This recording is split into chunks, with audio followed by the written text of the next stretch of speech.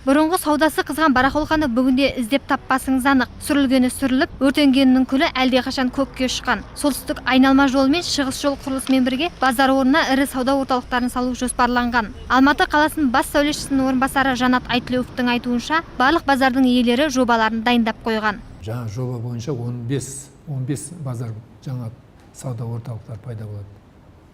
Ол негізінен барлығы шығыс жағында, Жетісу аудан жағында, ал Алатау аудан жағында болса, ол жақта сол Болашақ базары, жаңа Сауран базары, сол тағы бір кішкене базарлар бар.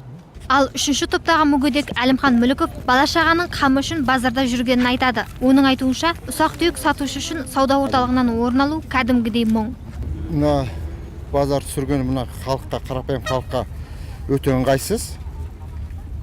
Мына торговый центр саламыз деп жатыр.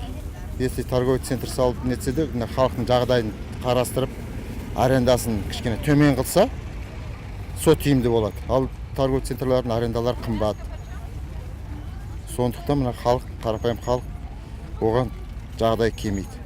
Сонымен 16 базар сүрілді. Әкімшілік өкілдері алдағы уақытта қала тұрғындары үшін арнайы сауда орталықтары қызмет ететініне сенімді. Ал жалға алу мен сату мәселесінің қамын ойлаған қарапайым сатушылардың мұң-мұқтажын әзірге ешкім тыңдай қойған жоқ. Ақбота Мұсабекқызы, Алмас Саманбекұлы, Таң телеарнасы.